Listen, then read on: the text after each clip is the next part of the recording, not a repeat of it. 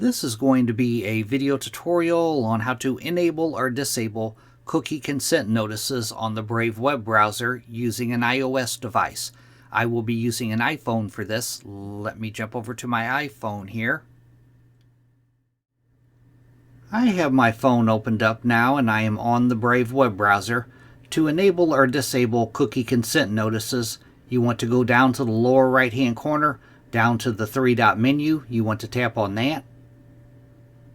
Then you want to go down to where it says All Settings and tap on All Settings. Now on the page that opens up, you want to tap on Shields and Privacy. Then right down here, Block Cookie Consent Notices. By default, that's probably toggled on. As you can see, mine's toggled on. I am blocking cookie consent notices. But if you toggle it off, now you're enabling cookie consent notices. And I'm going to toggle it back on to where I'm disabling cookie consent notices. That is how to enable or disable cookie consent notices on the Brave web browser using an iOS device.